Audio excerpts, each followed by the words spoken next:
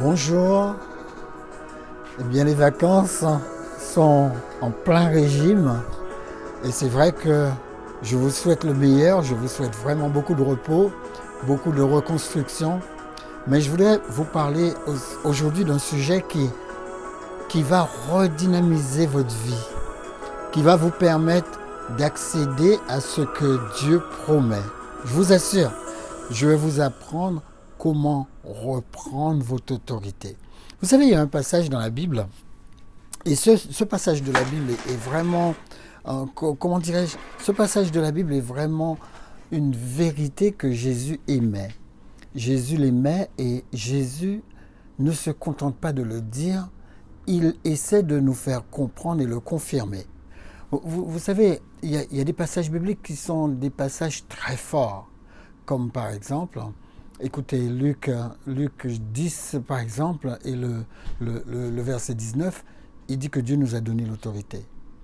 Sur tout ce que pourra faire l'ennemi, Dieu nous a donné l'autorité. Le problème, c'est que personne nous a appris à le prendre et à le vivre. C'est la raison pour laquelle beaucoup de prières ne sont pas exaucées. Il y a des gens qui demandent des choses, ils demandent, c'est même pas qu'ils demandent mal, mais le problème c'est qu'ils ne savent pas demander. Ils ne savent pas demander. Je vous assure, demandez, vous aurez, eh bien, vous ne savez pas demander.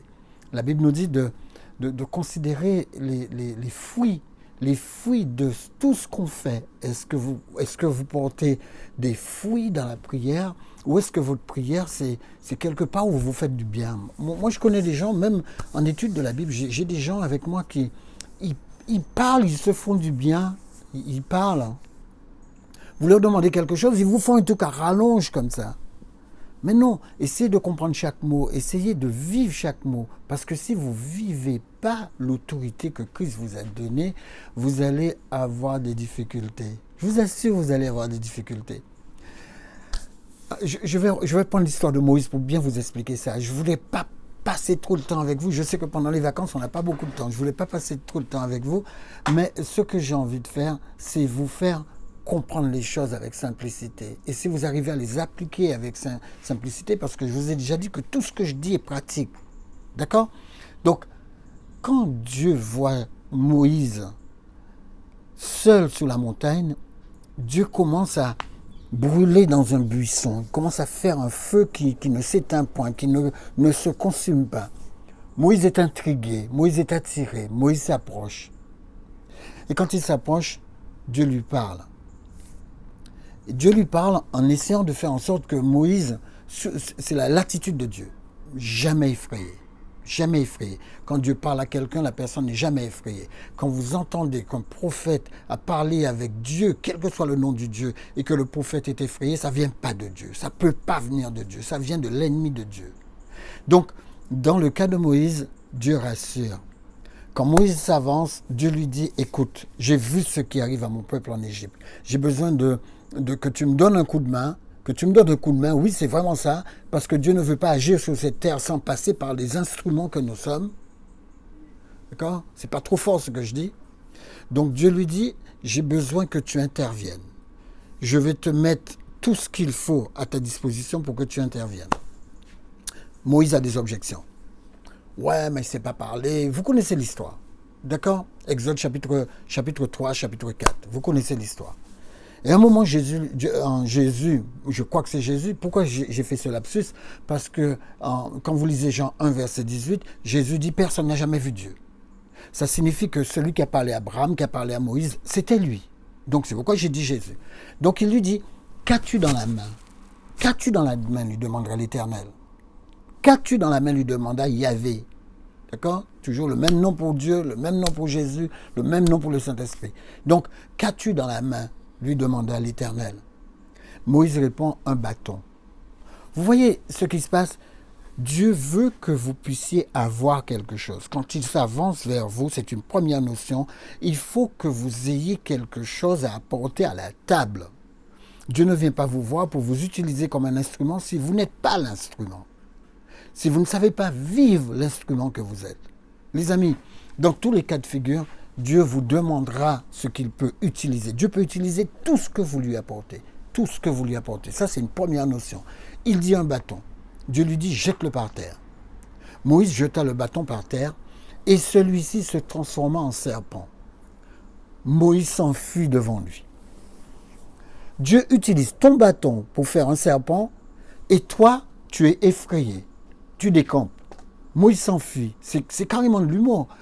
Imaginez-vous Moïse, il a fait comme nous les Antillais. Il s'enfuit même sans mettre ses chaussures. Dieu t'a dit enlève tes chaussures. Il veut communier avec toi. Il fait un miracle pour te montrer. Il peut transformer le bâton en serpent pour te convaincre. Et voilà que tu fuis. Moïse prend la poudre d'escampette. Les amis, quand Dieu est là, on ne fuit pas. On ne fuit pas. Dieu va le rassurer. Il va revenir, Dieu va le rassurer. Dieu va lui dire exactement comment se comporter. Dis, écoute, Moïse, tu as grandi en Égypte. Tu avais peur des serpents. Tes prêtres, là, ils ont toujours utilisé des serpents. Et c'est vrai que tu avais peur. C'était une crainte que tu avais. La première chose que Dieu fait quand il veut vous utiliser, c'est vous enlever votre peur. Dieu veut lui enlever cette peur. Dieu lui dit, écoute, tends la main et attrape-le par la queue. Dieu montre comment dominer le serpent. C'est lui qui a fait le serpent. Il sait comment le dominer. Il dit, attrape-le par la queue. D'ailleurs, regardez, tous ceux qui vont en braconner ou qui vont chasser des serpents, ils font toujours la même chose. Ils les prennent par la queue. Les amis, Moïse avança la main et saisit le serpent qui redevint un bâton dans sa main. Voilà comment vous fonctionnez avec Dieu. Vous devriez fonctionner en étant solidement ancré dans ce que Dieu dit, en solidement ancré dans la manière de fonctionner de Dieu. Si vous faites ça, vous êtes mûr pour pouvoir vivre l'extraordinaire à travers vos paroles prières. Les amis, Exode 4, verset 5, alors, l'Éternel lui a dit, la raison pour laquelle je fais ces miracles devant toi, tu vas devoir les répéter. C'est pour qu'ils croient que l'Éternel, le Dieu de leurs ancêtres, déjà les Hébreux qu'ils croient, parce que Dieu savait qu'ils allaient avoir des difficultés. Il dit, c'est d'abord pour qu'ils croient dans l'Éternel, le Dieu de tes ancêtres, le Dieu d'Abraham, d'Isaac et de Jacob, pour qu'ils croient qu'il t'est réellement apparu et que tu n'es pas en train de frimer. Non, c'est pour qu'ils croient que l'Éternel, le Dieu de tes ancêtres, t'est réellement apparu. Alors l'Éternel dit à Moïse, maintenant, mets-toi en route. Mets-toi en route pour retourner en Égypte. Considère tous les miracles que je t'ai donnés. Tu as le pouvoir de les accomplir. Je t'ai donné le pouvoir d'accomplir. Tu les feras devant Pharaon. Donc Dieu va lui donner sa mission. On nous dit dans le passage, Exode, le verset 24, pendant le voyage, au campement où il passait la nuit, l'Éternel attaqua Moïse, cherchant à le faire mourir. Les amis, ce passage est assez difficile pour ceux qui n'ont pas l'habitude de Dieu. Il dit, l'Éternel attaqua Moïse, cherchant à le faire mourir. Alors Séphora saisit une pierre tranchante. Elle a compris ce qui se passait. Elle coupa le prépuce de son fils et toucha les pieds de Moïse en disant, « Tu es pour moi un époux de sang. » Les amis, Dieu, quand il avait fait l'alliance avec Abraham, il a dit à Abraham, « Tous ceux qui sont de sexe masculin parmi vous seront circoncis. » Il a dit, « C'est l'alliance Abraham que je fais avec toi. Tous ceux qui sont du sexe masculin seront circoncis. » Il dit, « Vous porterez cette marque dans votre chair et cela sera le signe de l'alliance entre moi et vous. Celui qui n'aura pas été circoncis sera retranché de son peuple parce qu'il n'aura pas respecté les clauses de mon alliance. » Vous savez ce qui s'est passé? Séphora s'est empressée de prendre une pierre et de trancher le prépuce de son fils parce qu'elle savait que son fils n'avait pas été circoncis. Elle se disait, mais écoute, Dieu est en train de faire alliance avec Moïse. Cette même alliance d'Abraham indique que pour que Dieu puisse te rentrer dans cette alliance, il faut absolument que ta famille, tout mâle chez toi, soit circoncis. Et Séphora savait qu'elle n'avait pas circoncis son fils. Donc, c'est ce qui s'est passé. Dieu ne pose pas de questions. Moïse est censé savoir. Vous savez, c'est comme ça que ça se passe avec Dieu. Vous n'êtes pas censé ignorer la loi de Dieu. Quand vous êtes avec Dieu, vous n'êtes pas censé ignorer sa loi. Alors, arrêtez de jouer à celui qui ne sait pas. C'est la raison pour laquelle je dis aux gens, vous ne pouvez pas voyager avec Dieu uniquement comme ça, sous les dires d'un pasteur, sous les dires d'un prédicateur. Vous ne pouvez pas voyager comme ça. Vous devriez être certain de ce que vous dites, parce que Dieu vous prend pour responsable. Quand vous entrez dans une alliance, vous devriez savoir ce qui se passe dans cette alliance et quels sont vos droits, quelle est votre autorité. C'est comme ça que les gens perdent leur autorité. Ils ne savent pas ce que Dieu leur a donné. Ils ne savent pas. Et je vais vous le montrer. Beaucoup de gens ne sont pas exaucés dans leur prière parce qu'ils ne savent pas ce que Dieu leur a donné. Ils ne savent pas comment le faire fonctionner. Les amis, quand je regarde ça m'émeut un peu de voir du gaspillage de temps. Les gens perdent du temps. Écoutez, Jésus nous a donné quelque chose dans cette alliance. Si vous êtes engagé envers Dieu, quand vous prenez par exemple Luc 16, il nous dit que celui qui sera baptisé sera sauvé. Celui qui sera baptisé sera sauvé. Si vous dites, il y a beaucoup de gens qui sont avec Dieu, ils sont avec Dieu au petit bonheur la chance. C'est-à-dire, ils n'ont aucun engagement avec lui. Ils se disent que, ah ben, si Dieu vient, on verra. C'est pas on verra, ce sera trop tard pour on verra. Il faut vous engager avec votre Dieu. C'est pas la peine de courir si vous avez une personne qui va mourir dans votre famille et venir le présenter devant Dieu. C'est pas la peine. De quel droit vous vous présentez devant lui? De quel droit est-ce que vous allez prier pour que cette personne ressuscite ou pour que cette personne ne meure pas? De quel droit? Les amis, regardez ce que Jésus dit. Dans Jean chapitre 14, il est formel. À partir du verset 12, écoutez ce qu'il dit. En vérité, je vous le dis, celui qui croit en moi fera aussi les œuvres que je fais, et il en fera de plus grandes. Et il en fera de plus grandes. Parce que moi, Jésus, je m'en vais au Père, et tout ce que vous demanderez en mon nom, je le ferai afin que le Père soit glorifié dans le Fils. Vous croyez que Dieu ne veut pas être glorifié? Là, il nous dit que je le ferai ce que vous demandez, parce qu'il faut que le Père soit glorifié dans le Fils. Vous croyez que Dieu a un problème de glorification, que Jésus a un problème pour glorifier son Père? Non, son Père sera glorifié parce qu'il aura répondu à la parole qu'il aura donnée. Alors, vous n'allez pas faire Jésus mentir, vous n'allez pas faire Jésus raconter n'importe quoi. Jésus ne raconte jamais n'importe quoi. Si Jésus le dit, c'est réalisable. S'il l'a dit, c'est possible. S'il a dit, c'est faisable. C'est aussi simple. Et écoutez ce qu'il dit au verset 15. Au verset 14, excusez-moi. Si vous demandez quelque chose en mon nom, je le ferai. Vous croyez qu'il a fait une blague? Et il ajoute, vous voulez que les choses marchent? Si vous m'aimez, gardez mes commandements. Il y a plein de gens qui ne gardent pas les commandements de Dieu. Ils transgressent les commandements de Dieu à chaque carrefour, mais il vous dit, moi je prie. Mais quand ils disent, moi je prie à qui? Je prie des prières vides. Je prie des prières qui ne vont nulle part. Parce que je ne suis pas dans l'alignement des commandements de Dieu. Moi je rêve d'une vie où tout le monde comprendra ça. Et que tout le monde comprendra que l'handicap de leur vie est dans le fait qu'ils ne font pas confiance aux promesses de Dieu. Parce que les promesses sont simples. Et certains aussi, je vais vous montrer, ils ne comprennent pas. Ils sont là depuis 20 ans, depuis 30 ans, mais ils ne comprennent pas. Ils se contentent des miettes de la table. Ils ne comprennent pas. Les amis, à quoi ça sert de prier pour que 80% des prières ne soient pas exaucées? Alors si vous avez que 20% de chances qu'ils soient exaucés, mais changez de Dieu. Faites autre chose.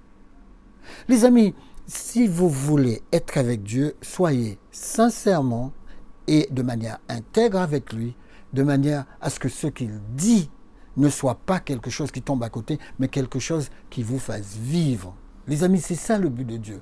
Vivre avec vous, vivre en vous. Luc 10, verset 19, écoutez. Voici, je vous ai donné le pouvoir, dit-il. Je vous ai donné le pouvoir de marcher sur les serpents, sur les scorpions et sur toute la puissance de l'ennemi. Et rien ne pourra vous nuire. J'étais étonné cette semaine de voir que certaines personnes qui croient en Dieu, qui prient, étonnés, mais étonnés encore davantage, ils font intervenir directement des gens qui n'ont rien à voir avec Dieu. ils font intervenir toutes sortes de médiums, toutes sortes de guérisseurs. Les amis, moi je préfère m'en aller de cette planète que de faire intervenir un guérisseur dans ma vie. C'est quoi? La vie ici, c'est tout alors? La vie ici, c'est tout? Non. Dieu nous a interdit de faire ça. Dieu nous a interdit d'aller vers d'autres dieux pour être guéris. Le diable fait des miracles. Le diable donne du résultat. Si vous allez voir Lucifer, il va vous donner du résultat. Mais il a une manière de vous donner du résultat. Il va vous détruire, il va vous égorger, il va vous dévorer. C'est sa manière de faire. Il ne donne jamais rien pour rien. Dieu est complètement différent. Dieu donne tellement qu'il se donne. Il dit que vous aurez le pouvoir, l'autorité sur la puissance de l'ennemi et rien ne pourra vous nuire. Est-ce que vous avez une foi qui vous permette d'appréhender ça, de vous en emparer?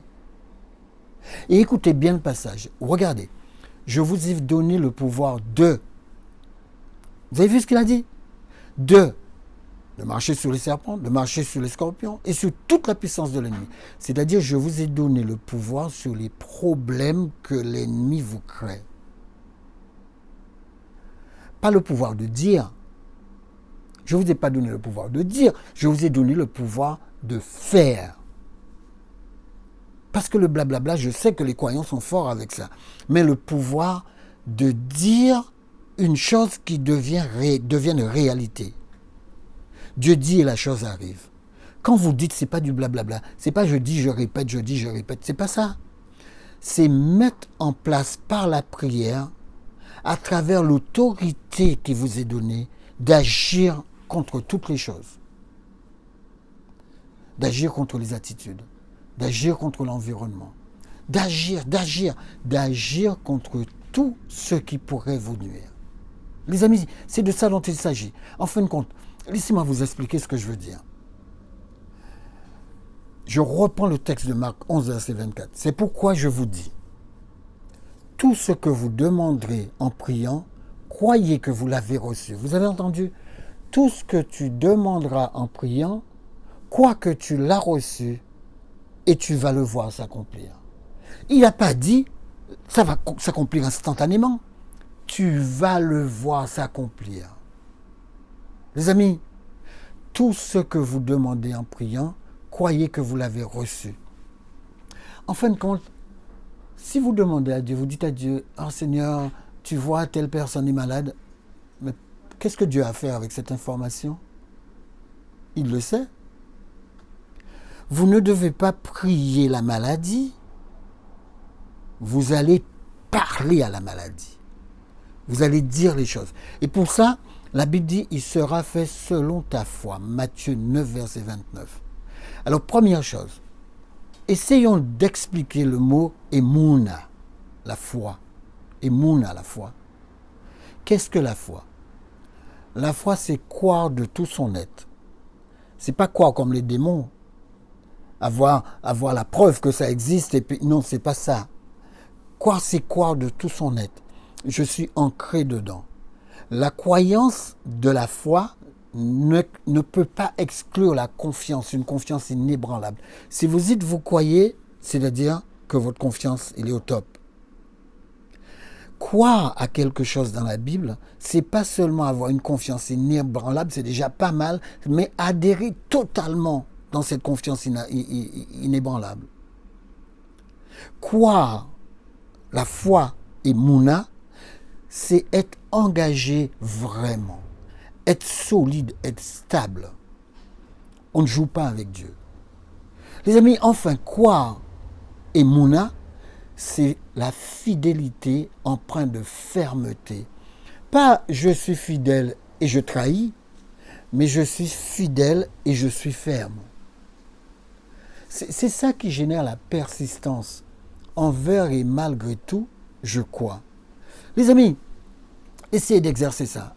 Avant même de dire quelque chose dans la prière, essayez de mettre ça en application. Écoutez, il y a quelque chose qu'on rencontre dans la Bible et dont on devrait en parler aussi, c'est des bloqueurs d'exaucement. Pourquoi vous n'êtes pas exaucé? Parce qu'il y a des bloqueurs. La première chose, la Bible nous dit que si vous êtes un hypocrite, Dieu ne répond pas. Matthieu 6, verset 5. Si vous êtes un hypocrite, Dieu ne répond pas. Dieu ne veut pas que vous veniez le voir au dernier moment, quand tout brûle, quoi. Quand il y a le feu, c'est pas là qu'on recherche Dieu quand il y a le feu. D'accord? Dieu n'est pas le Dieu au secours. Oui, il est le Dieu au secours si vous êtes déjà dans sa promesse. Oui, vous tombez dans l'eau, vous allez vous noyer, vous n'avez même pas besoin de prier. Dieu va vous échapper de là. Sa protection. C'est un droit que vous avez. Vous avez le droit d'être protégé quand vous êtes un enfant de Dieu. Vous n'êtes pas venu pour la protection, mais la protection, elle fait partie de vos titres d'enfant de Dieu. Vous êtes un citoyen des cieux. Deuxième chose qui bloque la prière, qui bloque l'exaucement de la prière, des paroles. Quand vous entendez les gens, quand ils partent dans leur délire, là, ils multiplient de vaines paroles. Leurs prières ne sont pas exaucées. Il y en a même qui trichent. Ils vous disent, oui, mais Dieu m'a exaucé là, Dieu l'a exaucé pour 2 centimes là. Mais ils vous mentent. Ils vous disent, ouais, mais c'est Dieu qui... Ils essaient d'inventer des trucs que Dieu a fait. Tellement ils ne sont pas exaucés. Ne multipliez pas de vaines paroles. C'est Jésus qui le dit, Matthieu 7, 6, verset 7. Troisième chose, si vous priez pour satisfaire vos passions, Jacques 4, verset 3, eh bien c'est un bloqueur d'exaucement. Non, Dieu ne parle, Dieu a le dos tourné. Peut-être que son ennemi va vous écouter et qu'il va exaucer ça. Vous avez une chance qu'il vous écoute et qu'il va exaucer ça. Mais quand il s'agit de Dieu, non, Dieu ne satisfait pas vos passions. Ce n'est pas son truc. Les amis, 4e point qui peut bloquer votre exaucement. Si vous n'agissez pas avec sagesse et honneur envers votre femme. Là, je m'adresse aux hommes. Ça s'adresse directement aux hommes. Si vous n'agissez pas avec sagesse et avec honneur envers votre conjoint, Dieu n'écoute pas votre prière. Ça ne sera jamais exaucé. Dieu n'entend pas, il n'écoute pas. Il entend quand vous le représentez dans votre famille. Et 5e point, 5e bloqueur d'exaucement. Si vous ne croyez pas dans les promesses bibliques, vous prenez ça dans 2 Corinthiens 1, verset 19 à 20. Je ne vous ai pas cité tous les textes. Le premier, ne soyez pas hypocrite, Matthieu 6, verset 5. Ne multipliez pas de vaines paroles, Matthieu 6, verset 7. La satisfaction de vos passions, ne priez pas pour la satisfaction de vos passions, Jacques 4, verset 3. Agissez avec sagesse et honneur envers votre femme, 1 Pierre 3, verset 7. Et le dernier verset, 2 Corinthiens 1, verset 19 à 20. Les amis, croyez dans les promesses de Dieu. Les promesses de Dieu, lisez bien ce verset, 2 Corinthiens 1, verset 19 à 20, eh bien, il vous dit que aux promesses de Dieu est attaché un oui et pas un non. Vous voyez pourquoi plein de gens racontent plein de choses. Un jour, tu peux prier et être exaucé, un jour, tu peux prier et ne pas être exaucé. Ce n'est pas dans la Bible que ça existe. Ça n'existe pas.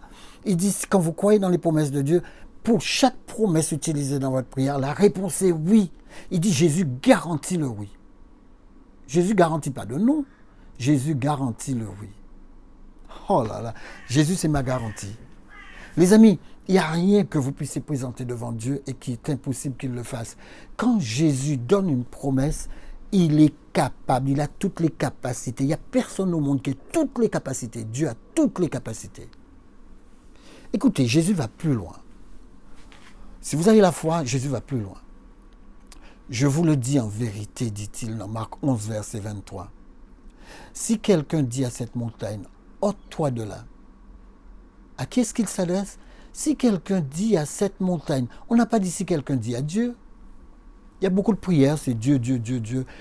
Les gens n'ont pas compris, ils ne comprennent pas où se positionner. Vous ne priez pas les choses à Dieu. Vous avez le pouvoir et l'autorité de parler aux choses. Lisez le psaume 42, vous allez voir. David parle même à ce qu'il y a dans sa tête. Je suis dur là. Non, je ne suis pas dur. Moi, je ne vais pas les prier. Oh, Jésus, fais pousser cette plante. Non, je dis plante, mets-toi à pousser. C'est moi qui ai l'autorité. C'est comme ça qu'on prie. Regardez, Jésus dit, si quelqu'un dit à cette montagne, vous n'êtes pas en train de dire à Dieu, vous êtes en train de parler à la montagne, ôte-toi de l'eau et jette-le dans la mer. Tant que vous direz, écoute, montagne, Dieu t'a dit de te déplacer. Il vous a donné l'autorité. Vous l'avez ou vous ne l'avez pas. Il dit, si vous dites à la chose, ôte-toi et jette-toi dans la mer, la chose obéira. À une condition, s'il ne doute point en son cœur. Le cœur vous donne la vie, il vous donne la mort aussi.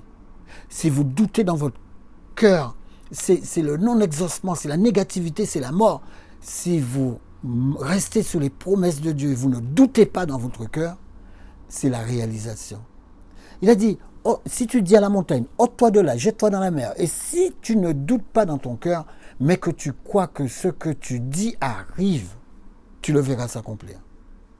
Il faut croire que ce que tu dis arrive. Si tu fais du blablabla, ça ne marche pas. Il faut croire dans ce que tu dis, et il faut croire que ça arrive. Les amis, alors je reprends, il ne dit pas, dites à cette montagne. Si, c'est ce qu'il dit. Il ne dit pas, dites à Dieu. Vous avez vu la différence? Il ne dit pas, dites à Dieu. Il dit, dites à cette montagne. Vous avez un problème, dites au problème. Vous êtes malade, dites à la maladie. Dites à la maladie, tu n'as rien à faire là. Au nom de Jésus, je t'impose de sortir de moi. Les amis, il faut que vous marchiez selon les promesses. Ne regardez pas la grandeur de vos problèmes, regardez la grandeur des promesses. Dieu l'a dit, donc c'est réalisable. C'est l'autorité de Dieu établie par l'Esprit demeurant en nous qui agit sur les choses. Je reprends, c'est l'autorité de Dieu établie par l'Esprit qui demeure en nous qui agit sur les choses. C'est comme ça que ça se passe. Le Saint-Esprit demeure en vous et c'est cette puissance que vous parlez. Vous parlez cette puissance. Ah, car le Fils de Dieu, Jésus-Christ, qui a été prêché par nous au milieu de vous, dit l'apôtre Paul, par moi et par Sylvain et par Timothée, n'a jamais été oui et non. Mais c'est oui qui a été en Christ. Car pour ce qui concerne toutes les promesses de Dieu, c'est en Christ qu'est le oui. Christ a dit, oui, je vais vous exaucer. Oui, demeurez en moi. Si vous demeurez en moi, demandez ce que vous voulez et je vais l'accomplir. Demandez ce que vous voulez. Je vous ai dit quelles étaient les manières de demander. Mais Jésus a dit que c'est un oui, c'est pas un non. C'est en Jésus qu'est le oui. C'est pourquoi encore l'amen par lui est prononcé par nous à la gloire de Dieu. Les amis, vous devez d'utiliser les promesses que Dieu vous donne. Restez dans les promesses. Être intègre, être honnête, être clair, être vrai dans les promesses, de manière à ce que la gloire de Dieu se reflète sur le visage de Dieu et de redescendre sur vous avec magnificence parce que vous avez mis en application, vous avez cru. Dieu n'est pas là pour réfléchir sur ce qu'il peut faire. Il est là pour réfléchir sur la foi que vous pouvez avoir. Et cela fait selon votre foi. Les amis, nous les chrétiens ne cherchons pas à voir pourquoi. C'est pourquoi je dis aux gens, arrêtez de dire que vous êtes chrétien, devenez-le. Arrêtez de dire que vous êtes croyant, devenez un véritable croyant. On ne cherche pas à voir pourquoi. On croit parce que Dieu l'a dit. C'est tout. Je crois parce que je n'ai pas besoin d'attendre des preuves. Dites à la chose qu'il faut que le problème soit réglé, qu'il faut que que les choses se remettent en place. Parlez au problème, restez dans votre foi.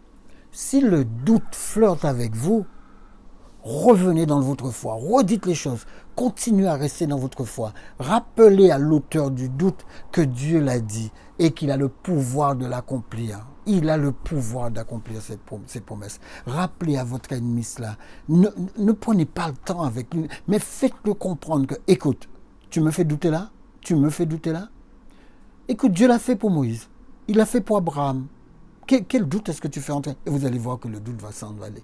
Récitez des textes bibliques et vous allez voir que le doute va s'en aller. Quand vous faites quelque chose et que vous avez le moindre doute, eh bien vous commencez à faire repasser des textes bibliques et le doute s'en va. Je le sais, je le fais tout le temps. À un moment, vous n'avez plus de doute qui vient dans votre tête quand vous prononcez une promesse de Dieu.